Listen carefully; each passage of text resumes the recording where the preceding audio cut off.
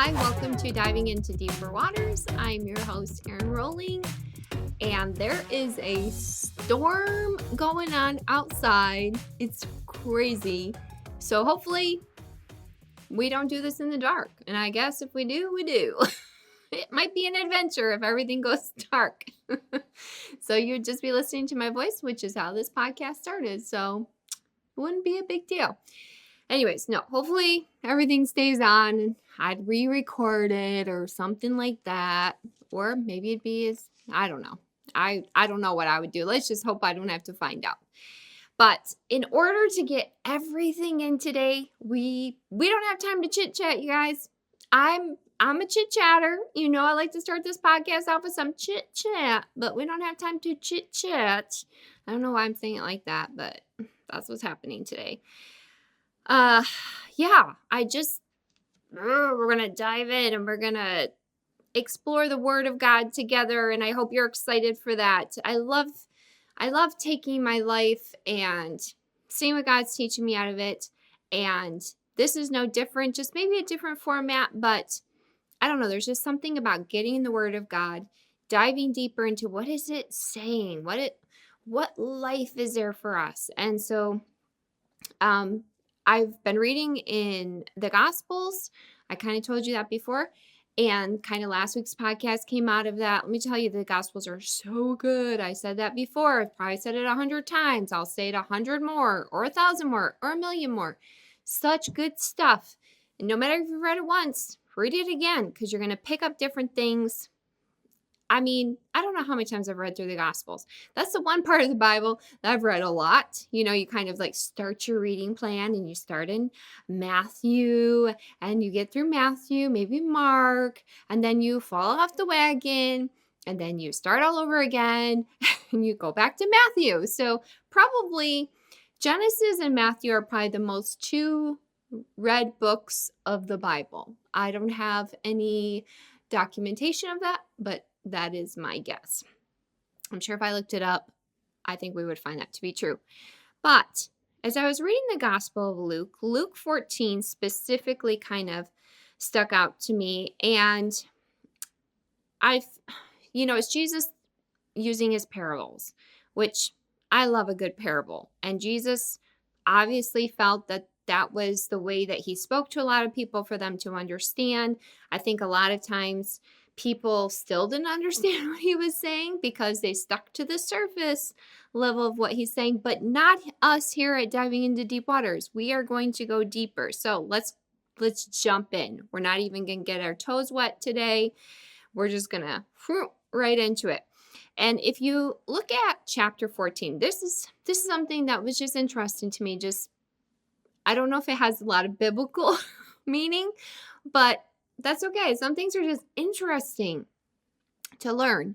And so it says in verse 1 of chapter 14 in Luke, it says, on one Sabbath, when Jesus went to eat in the house of a prominent Pharisee, he was being carefully watched, which, I think Jesus was watched wherever he went. I mean, he was kind of like this anomaly, like, who is he? And is he who he says he is? And I don't think, our stars today think they get watched. And yes, they obviously do.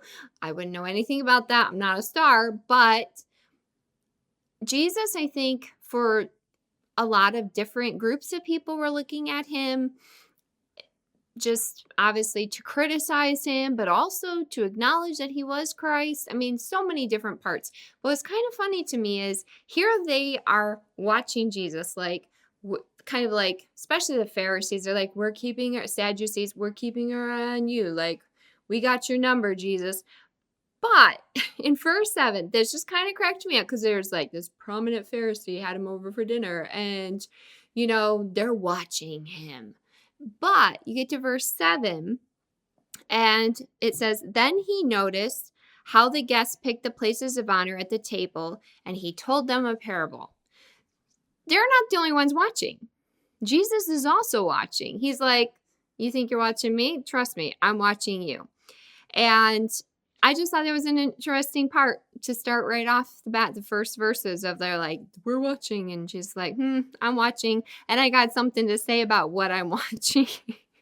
And so, first of all, I do want to just kind of like debunk maybe a parable. And maybe I've said this in a podcast before. Who knows what I've said and what I haven't said. But I think oftentimes when we think of a parable, we do think it's just a story.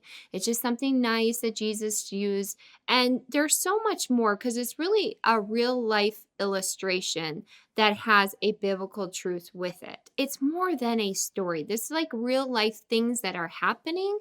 And Jesus is just taking them and pointing out what the biblical truth is, which is kind of, I mean, maybe I would like to say this podcast is a parable all the time because we take things that happen and we say, what does God think of that? Or where does God come into this? And how do we apply this to our lives that is pleasing to God? So maybe we should have called this podcast The Parables of Life. I don't know. That actually wouldn't be a bad name. We're changing the name. No, I'm just kidding. But yeah, I mean, Jesus did that really well. He took real life situations and then he showed what God's truth was in the midst of it. And the best part of it was those who were willing to hear, they heard what Jesus was trying to say. And I think that's something that I often pray in when I lead worship or even when I speak is, Lord, help us to have ears to hear what your Spirit is saying. Because if we're willing, if we're like sitting at the edge of our seat, if you will, if we're paying attention, we're going to glean so much from what God's word says. And I hope that's what you're doing in this podcast. Today, it's a different format, but I pray that you are sitting at the edge of your seat, not because of me, okay? Because if it's because of me, you're probably going to turn this off. But just to be like, what can I learn? And how can Jesus teaches us things. Let's learn. So basically, Jesus notices that people like to get the best seat in the house, right? That's what he's noticing. And because basically the best seat especially like at a wedding or whatever, it meant the most honor. Like if you're looking at maybe an event, the reserved table, it's for the most honored guests that have been invited. And so Jesus is noticing that people want that seat. Why? Because they want to get noticed. It kind of reminds me of not only notice, but like there's honor with those seats. So like if you think of a wedding, the first two seats of a wedding is the bride's and the groom's parents and grandparents. Like past the bride and the groom and the wedding party, it's like the next VIPs are the parents and the grandparents. And I mean, like, you don't just show up to a wedding and just be like, I'm just going to plop myself right here. Excuse me. No, that is not your seat. You look at the people sitting in that seat at a wedding and you're like, okay, that's the important people. The head table, right? Sometimes they do head tables, sometimes they don't. But if you go to a wedding and they do, you don't just as a guest, you got your plate of food and like, I'm just going to sit up here where the bridesmaids go. I just consider myself like, I mean, that's reserved for the most honorable people to the bride and groom. They are reserved for their people, their tribe, their clan, their circle of people. No different back in the day of Jesus. We're dealing with the same thing. If you're sitting in a particular seat, it means that you are the most honored guest. You have the most prestigious placing of the place, okay? And so this is what he says in verse 9. I think it's verse 9. My paper cut off and I didn't want to reprint my papers. So you can double fact check me on this. Verse 8 or 9. I'm going to go with 8 or 9. It says, when you are invited by anyone to a wedding feast, do not sit down in the best place, lest one more honorable than you be invited by him. And he who invited you and him come to you and say, give your place to this man. And then you begin with shame to take the lowest place. Awkward. Embarrassing. Okay? Like to be sitting in a seat and then be like the host comes and is like, excuse me, this is not your seat. That would be just like me going and sitting in a seat and it's them saying, I'm sorry, but you need to. I actually had a wedding recently where that happened. Some ladies sat in the front row. Actually, this just popped in my brain, you guys. Didn't even rehearse this part. Yeah, they did. They sat because the grandparents were going down and they went to go sit in the seats and there were people there. And I ran up there down the side because I usually manage the back of the house at a wedding. My husband manages the front, I manage the back. And I ran up there. I was like, ladies, can you please move? Because it's where the grandparents are supposed to sit. Who sits in the front row? And Jesus is saying like, don't do that because you might be asked to move. It's interesting because when I lived in Africa, we would get invited to these weddings. And I mean, weddings in Africa, I'm sorry, but they're just on a whole nother level of celebration. I would say the celebration part of it. I mean, a lot of different countries do more than 1 day weddings. They can be like a week long or 3 days. I mean, like it's in some intense wedding rituals that are going on that all lead up to the big day, whatever. So the celebrations aspect of it in Africa, they do very, very well. And so we would get invited to these weddings and we would just show up and just sit some random place. Now, this isn't like most weddings weren't in a church, with pews or seats or anything like that. It'd be in someone's backyard or on their piece of property. They would have acreage. You kind of brought your own mat. You would sit down kind of thing. And so we just kind of plop ourselves somewhere around, just like, hey, we're here to take it in because it's just, so much that goes into it. So different than our culture here in America. And so we would plop ourselves down and then someone from the family would see us or whatever, and they would be like, no, that is not where you sit. And we're like, we're fine. We're good. We're just taking it in. And then this is where I felt bad because they would be like, no, follow us. And they would take us to a seat and they would boot somebody out of their seat. Now, does it necessarily mean that person didn't belong there? They probably did. And we Americans came along and they were like, no, they upheld us way beyond what they should have. Let me just be honest. Like, we're just people. But that's how they viewed us at times. And they would give us like the best seats in the house that we did not deserve. I'm going to be honest. But the poor person was sitting there. It was told to move somewhere else. And we took their seats. I felt bad every time because it happened basically every time. It was not a good thing.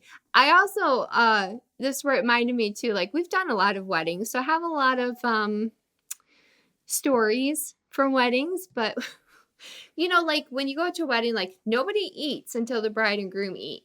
Like that's just a thing, right? We don't do that. They're the most important people of the day and they get their food, then their wedding party, then the families, then the rest of you get your food as your table gets dismissed. That's always like if they have general seating, it's like, did we pick the right table? Because you have no idea how they're going to dismiss tables. And so Paul and I are standing there and we did not officiate that wedding. It was someone else. And before the bride and groom get their food, the pastor who did the wedding grabs a plate and he goes through the line. And I'm like, I was in shock. Like, I think everyone was in shock because the bride and groom were not even there yet. They just like put the food out, was going to do the announcing. And then, the bride and groom get their food. Like, even the parents of the bride and groom were like, what is he doing? Like, you do not take an honorable spot. You just do not do that. And so Jesus is kind of pointing this out in this passage. Like, if you do that, if you're like, hey, I think I deserve this, Like, more than likely, you're going to bring shame upon yourself. That's what he says. You will don't bring shame upon yourself. Don't think more of you than you think. Because verse 10 through 11, so it is 8 and 9. I was right, you guys. If you fact check me, you're like, you got it, Erin. But it says, when you are invited, go and sit down in the lowest place, so that when he who invited you comes, he may say to you, friend, go up higher. Then you will have glory in the presence of those who sit at the table with you. For whoever exalts himself will be humbled, and he who humbles himself will be exalted. It's interesting because this played out again at another wedding for us. We were looking for our little name tags. We had officiated, actually had the immense honor to officiate these people, all three of their children's wedding, and all three of their kids, they did this at their wedding. But the first time that it happened, it still surprised me the other two times. I never took it for granted, but we were looking for our name tags. We found our name tags and it said table 1. And I'm like, well, table 1 is like the parents' table, table 1, 2, groom's parents, bride's parents. And we were with the grooms, I think. Or was it the bride? I don't know. They had a daughter and son. I can't really remember. My brain's turning to mush, you guys. But anyways, whoever it was. And I kept looking at Pago. I think there's a mistake. Like, I think something's wrong here. And he's like, yeah, I think. And so we went up to the parents and we were like, this says at your table, but we think there's been a mistake. And they're like, oh, no, that's not a mistake. We want to honor you guys for being a part of our child's day. We appreciate you. We want you at our table. And I was just like, okay. Like, we were sitting there and I was like, we don't belong here. Why are we sitting here? But that's what the parents wanted to do. And that's what Jesus is pointing out here. He's like, hey, sit in a low place. But then if you're supposed to sit higher, you'll be told, and then you can go sit at the higher place. And this parable is not just to show good manners, like what you should and shouldn't do when you're invited to a feast or you have a host that has invited you to their home or any of those things. But it has to do with how we esteem ourselves. Because in Philippians 2:3, it says, in lowliness of mind, esteems other better than himself. How do we esteem ourselves? I often see this played out in my personal experience with church, specifically for me, church. I've also seen it in jobs and things like that. And I see two scenarios that happen with this. I see people who expect position and then those who don't expect it. The people are like kind of fly under the radar. They just they're gonna do what they're gonna do, whether you give them a title or not. And actually, that, getting ahead of myself probably a little bit here, but that is my favorite, because when we put someone in position, it is not because we're asking them to now fulfill that position. They've already been fulfilling that position. So basically, we're just saying, hey, we already see you doing this. We're making it official, which is my favorite way to see people fulfill a position. And specifically where I've seen this is as a worship pastor. Musicians, we're just another breed. If you're a musician, you would say that about yourself. If you work with musicians, you know it's true.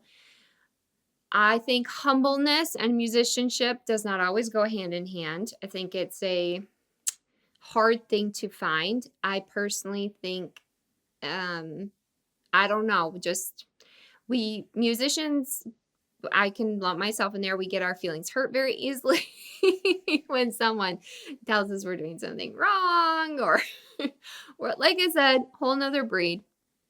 But I've kind of put this thing into place as a worship pastor when it comes to people coming on my team and stuff like that. I do look for humbleness. It is an attribute that I definitely seek out. I expect. I don't put people on my team that aren't humble, but and I have found that even if I'm not sure if they are or not, it usually shows its head pretty quickly with people. It just does. When you step on their toes, their response, or things like that. And sometimes in a worship team, you don't always know how someone's going to operate until they join your team. So maybe they go through the audition process, they're good, they have giftings and so forth, but you don't always know how it's going to work out until they like kind of come into the team. And then you have your first encounter of like where you do have to step on their toes. How are they going to respond to that and things like that? But I one of my biggest turnoffs, besides people that are not humble, but or not teachable, is when someone asks me to do something specifically like, oh, can I sing that? Or I would like to sing this, or I would like to do that. Now, maybe it's the way I was raised. I don't know, but I've never asked to do anything. In all of the worship teams that I've served under, not led, but even served under, I guess I always felt like if it was something I was supposed to do, they would ask me. And I was never like, oh, I'll do that, or could I do that? I just have always felt like just be a part of the team. And if the worship pastor, worship leader sees that in you, they will ask you. And some people, when they don't get asked, I remember I had a girl on my team. She was like, I want to sing this song. And I said, well, I don't think you're ready to sing this song. And I didn't like that she was asking. So that demerited her. That's just how I operate. A few points. And I was like, I'm going to have to keep my eye on her. And she left the team because she didn't get what she wanted. And that's, like I said, it usually weeds itself out pretty quickly. But I don't know. It just has often shown me when I love when someone comes into a team and they're just like, I'm here to be a part of what's happening. Because often when we start asking for certain positions and certain things, and speaking more from maybe a church leadership position, because that's what I have the most experience with, it's those people that expect are the people that I don't want to give a position to. And the people that are just doing it, they just genuinely want to contribute to the whole area. Those are the people that I love to say, hey, would you like to do this? Or hey, would you like to do that? And here's the thing. I just saw a little clip about singers, and this guy was like, we all know the one person on the worship team that shouldn't be singing a solo. Not everyone has that gifting. We all think we have that gifting, right? But I had been told many times from different worship teams, especially when I was younger, like, no, that's not, I'd try out for a solo if they had a tryout and I wouldn't get it. Of course, I was bummed. I'm not going to lie. But I learned that if they thought that I could handle it, they thought that I could do it, they would have asked me. And so I think I got way off track from um, my notes. Oh, because here's what it comes down to. How much better, like, how Jesus says, how much better for you take the low place and then the host comes and he asks you, hey, take this better seat. How much better is it to just apply yourself and let God raise you up instead of you raise yourself up? Take that in for a second. I don't know, maybe there's a position at your church that you really want. Maybe a position at your job that you really want. I would really encourage you, just be a part. How can you contribute to the team that you're on? And let God open the doors instead of you pushing open all these doors. George MacDonald had this saying, and I really liked it because it said, in whatever man does without God, he will fail miserably or succeed with miserable. Basically, whether you fail or succeed in something without God, it's a failure. How much better to let God, like the host, say, here's a better seat for you. Let God put you in a better seat. Don't do a like Here, I move out of my seat. I belong there. Nobody likes that. And sometimes we have to evaluate that in ourselves. I've had to evaluate myself in this as I've been on different worship teams and been a part of different churches and stuff like that. I've always had to kind of take a step back when I didn't feel like I was being noticed or used in the way that I wanted to be. And then I had to check myself and say, what is this about? Is this about me, or is this just serving God's body? That's really what it comes down to. It says, whoever exalts himself will be humbled, and he who humbles himself will be exalted. I think it'd be much better to live in the humble and allow God to exalt us than to exalt ourselves and have to be humbled. That just doesn't sound like fun. I don't know about you, but that doesn't sound like a good time. And here's the thing. Jesus can talk on this subject because if there's a humble being, it's Jesus. He's a perfect example, the perfect teacher of saying, just be humble. Just be humble. I mean, think about it. He deserved the highest place, but he took the lowest place. And in the end, he was given the highest place. I think we really need to pay attention to what Jesus did and apply it to our lives. So the first part, we've talked about the host or the guest. I'll get it straight. We talked about the guest. All right. Now we're going to kind of move to the host because he's got something to say to the host as well. If some of you are like, I identify more with the host, he's got something to say to you too. So you're not off the hook. It says in verses 12 through 14, then he said to him who invited him, when you give a dinner or a supper, do not ask friends, your brothers, your relatives, nor rich neighbors, lest they invite you back and you be repaid.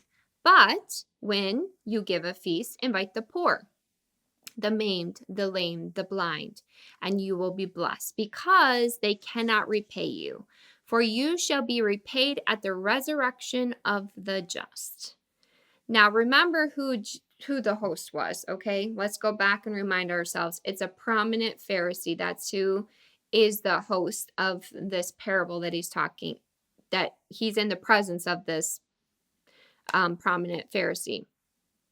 And basically what he's saying is, you have chosen your guests, like specifically chosen your guests, and you have chosen the people who, it's a prominent Pharisee, you've chosen the prominent people, and you have excluded everybody else.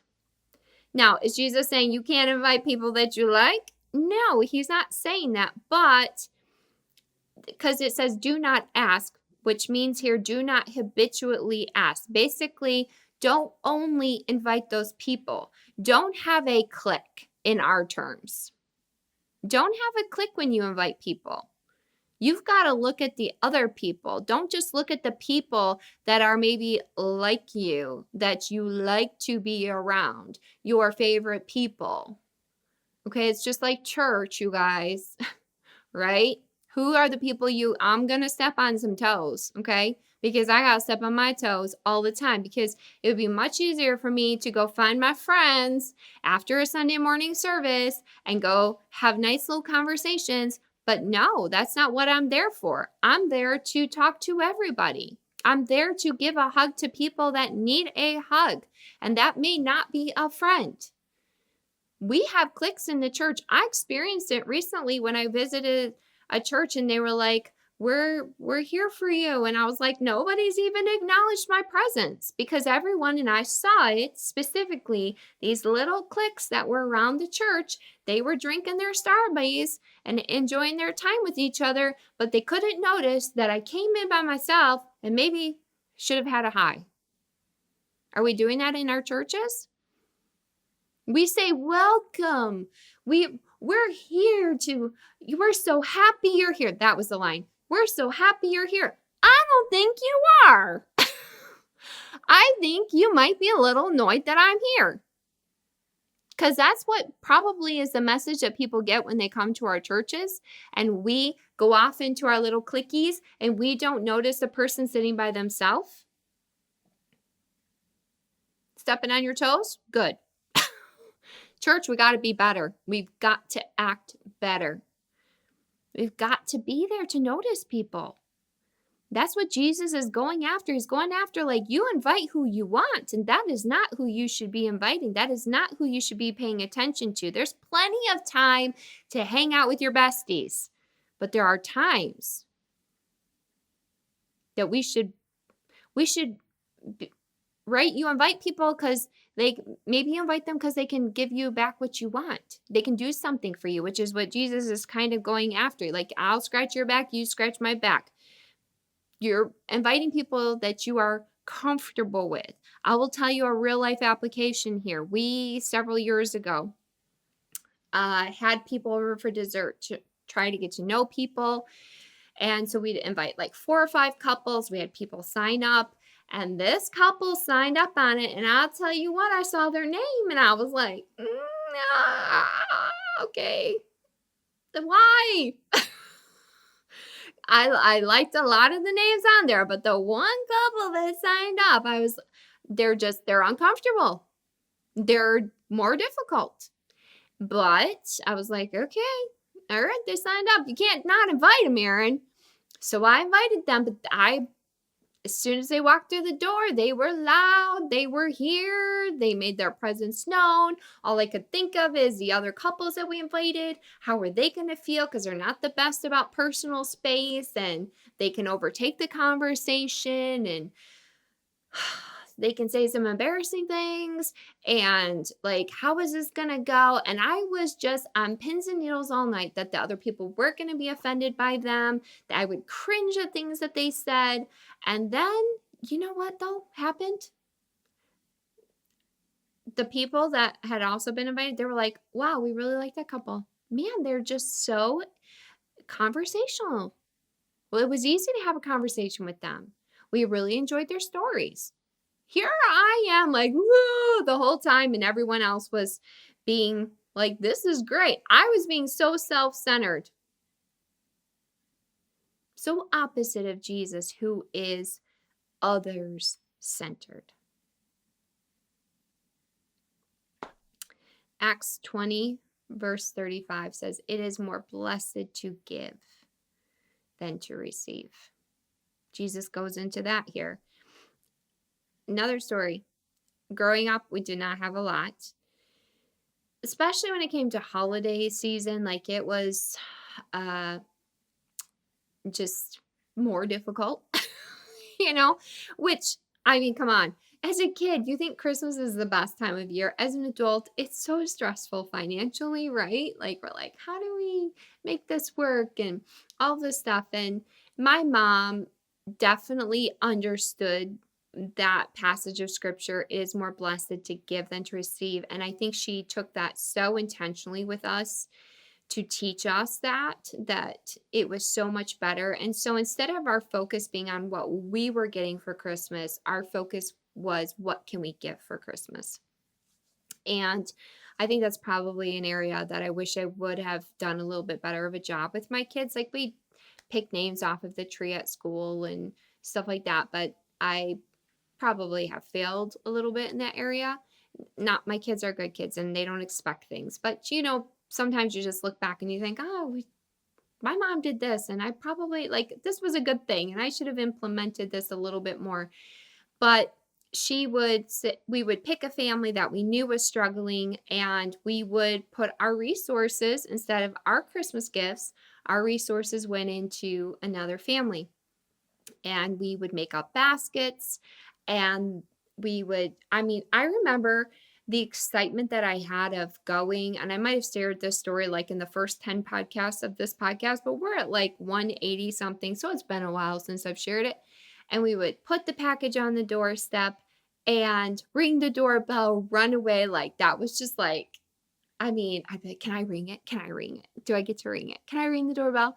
Because I'm the fastest. And I can get back to our hiding spot and we watch them open the door, do the whole look around, like, where are they and stuff like that. And just to see the joy that it brought people, never missed. I mean, God always provided for us for Christmas.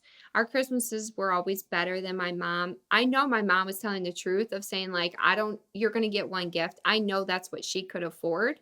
And yet God, like, was so kind and gracious because other people did what we were doing, but they blessed us. And so that was just always awesome because I remember as a kid thinking my mom's just trying to make us think we're not getting anything. And I think the reality of it was we weren't, but someone was like, it's more blessed to give than to receive. And we were on the receiving end of it, which was so cool. Like looking at that as an adult of like my mom implementing that with us and then us also getting the benefits of that, which is just kind of cool when you look back at it. But when we equate that to Jesus, the joy that I felt of giving that gift to someone and them just receiving this gift out of nowhere and watching the joy that they had.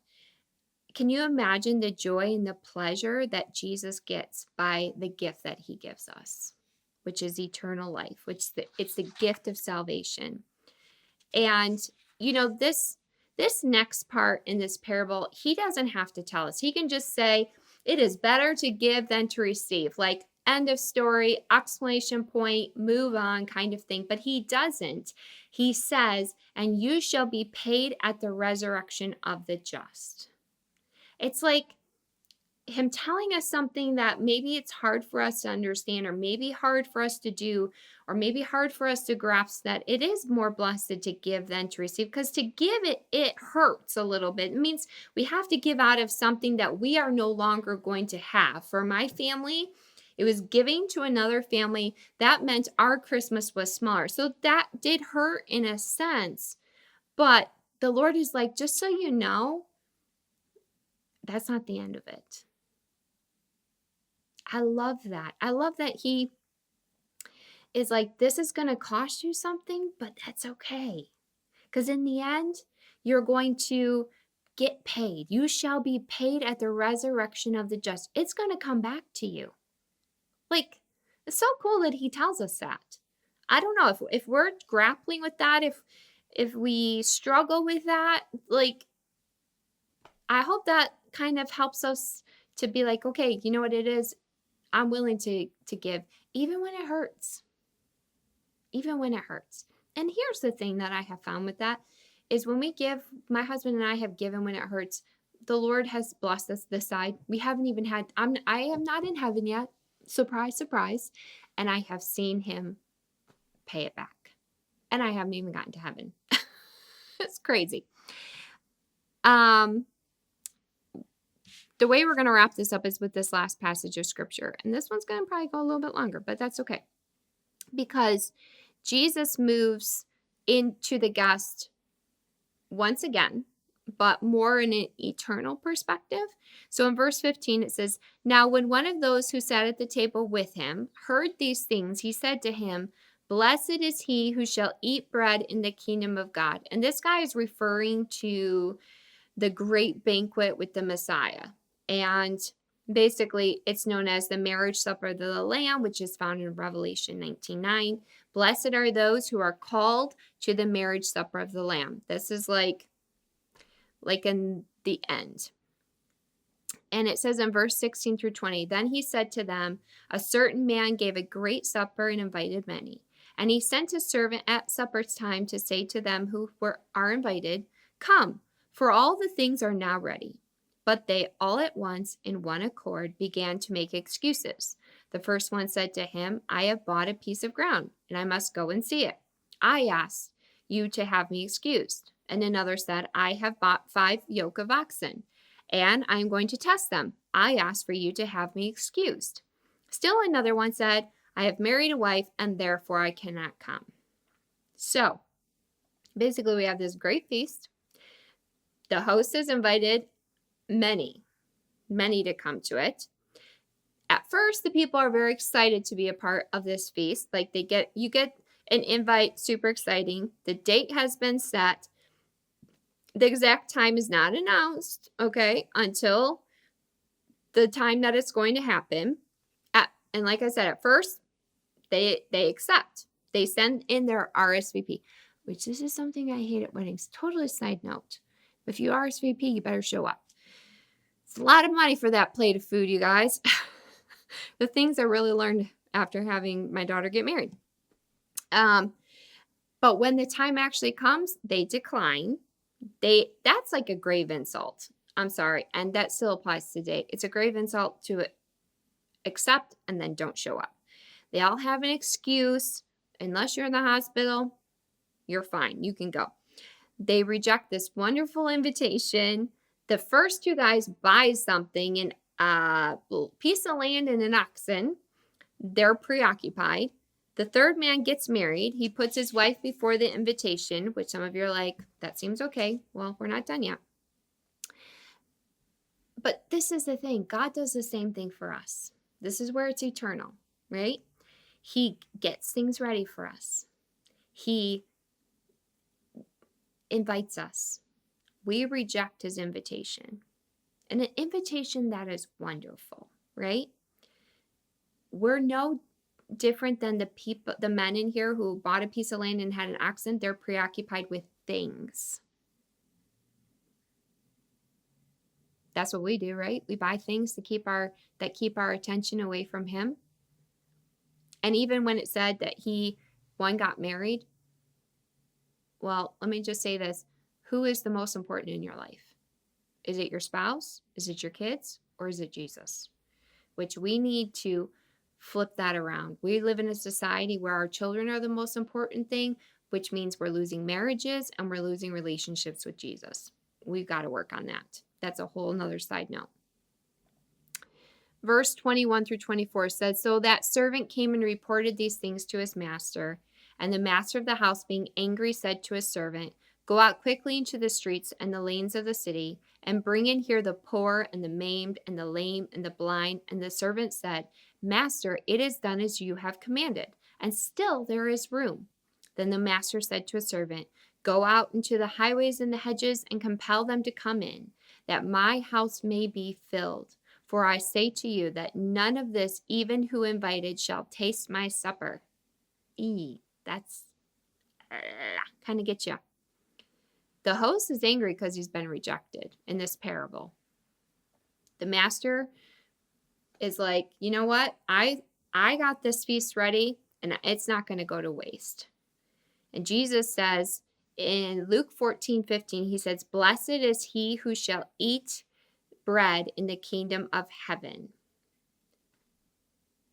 He invites us to the feast, an eternal feast.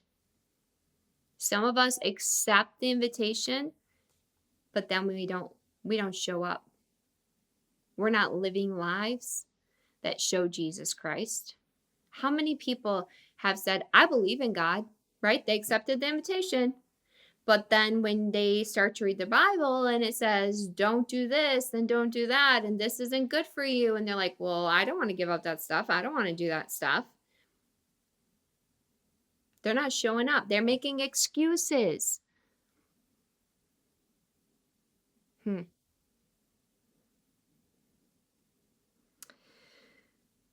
Are we making excuses? Chances are, if you're listening to this podcast, you're not.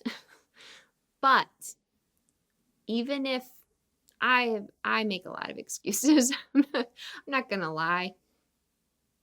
I feel God's wooing of my heart many times, and I'm like, I'm busy, I'm tired, I got this going on, I got that going on, whatever. We make excuses. We need to stop making excuses for our excuses. And then Jesus says, compel them to come. Why did they need to be compelled to come? Because the people that were being invited were the least. They're the maimed. I'll go back to, I want to find out. The poor, the maimed, the lame, the blind. Those are the people he's inviting. They need to be compelled because they don't think that they deserve to be there. Which, here's the thing about when Jesus is speaking in parables. A lot of times, like I said, people miss what he was saying. And I think right here in this passage, he's trying to set them up for the fact of saying, listen, I just lost my train of thought. I totally went. I don't even know where that went, you guys. Um, oh, I know what I was going to say. Jesus is setting them up for the fact that not just the Jews, we've talked about this recently, not just the Jews, but the Gentiles, the ones who weren't born and grafted into Jesus, they're going to be allowed to be grafted in. They don't have to be born in him, they get to be grafted into him. I'll rephrase that. They get to be grafted in. He's trying to tell them, like, listen, you're not the only ones who are going to get to go to heaven. These people, if they accept me, they get to go too. Which I think sometimes we think we're high and mighty, and I wonder how surprised we're going to be when we get to heaven and we see people that are like killed it for Christ and we had no idea. We just that's going to be interesting for all of us, I think. But what I want to end with here is, how do you identify with this parable? Like, who do you identify with this in this parable? Do you feel like you're the prominent Pharisee? Do you feel like you're the guest who takes the best seat? Or are you the guest who does take the lowest seat? Are you the host who has a clique, who only invites the people that you're comfortable with? Or are you the host who is willing to invite those who are overlooked? Are we the guests who decline his invitation? We accept at first, but then we decline when it goes any further. When the time has come, he has prepared it for us, and we decline. Are we the person that needs to be compelled?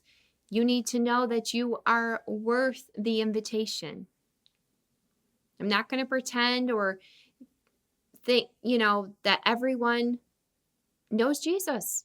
Maybe you're listening and you haven't given your life to him, and you need to be compelled. And right here, he's telling you, like, no matter your past, no matter what's going on, you're invited. Will you accept? Pray that he compels you to come. So who you identify with, maybe it's a good thing, maybe it's a bad thing. Or if you're like me, I feel like I can identify with them all, and I want to walk away from this parable saying, okay, what do I need to work on? Because that's he who has ears to hear, let him hear. We hear, we apply, and we walk it out. So thanks for listening. See you next week.